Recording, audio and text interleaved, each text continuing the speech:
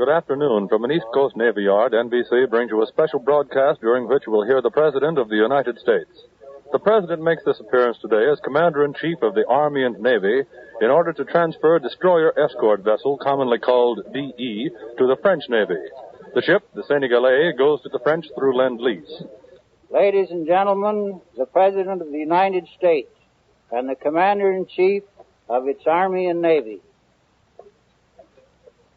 Admiral Fenard, on behalf of the American people, I transfer to the Navy of France this warship, built by American hands in an American Navy yard. This is one of a long line of events symbolizing the ancient friendship between France and the United States. It emphasizes the determination of this nation and of all the United Nations to drive from the soil of France the Nazi invaders who today swagger down the Champs-Élysées in Paris. This one transfer under the Lend-Lease law is typical of the thousands of transfers of American-made weapons of war which have been made to our fighting allies. They are bringing closer the day of inevitable victory. Victory over our enemies on all the fronts, all over the world.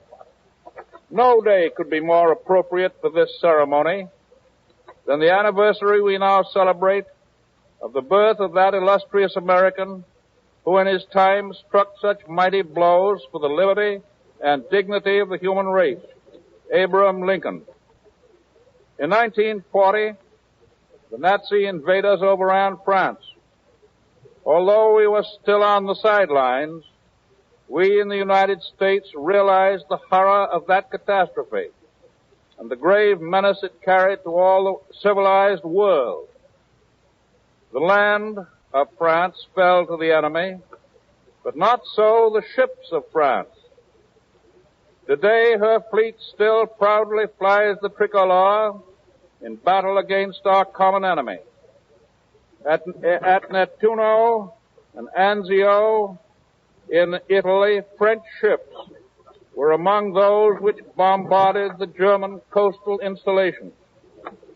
In a strategic sector of the Allied line, now pushing toward Rome, are French troops.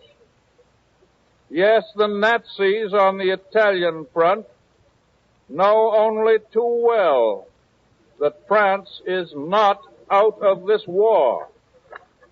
And the time will soon come when the Nazis in France will learn from millions of brave Frenchmen, now underground, that the people of France also are not at all out of this war. In a sense, this transaction today can be regarded not only as Lend-Lease, it might be regarded as reverse Lend-Lease. For in the early days of our national history, this situation was reversed.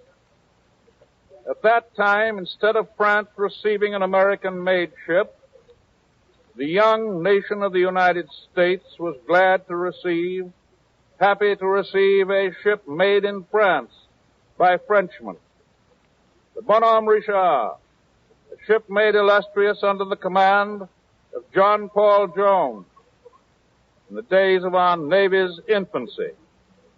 And it is well to remember that that ship was named in honor of our Minister to France, Benjamin Franklin, that wise old philosopher who was the father of close friendship between France and the United States. This vessel, which today we are turning over to the people of France, will somewhere, sometime, engage the enemy.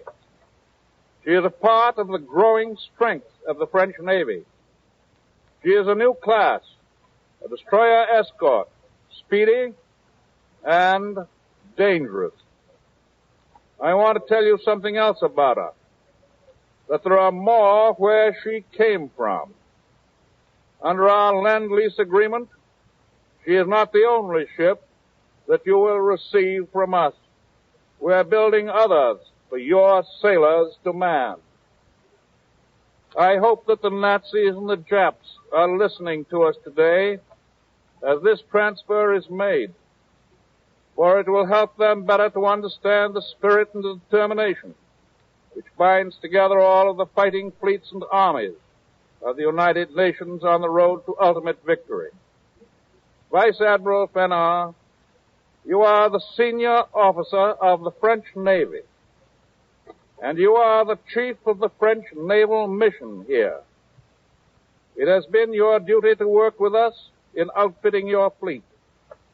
My years of friendship with officers of the French Navy make this a particularly memorable occasion to me personally.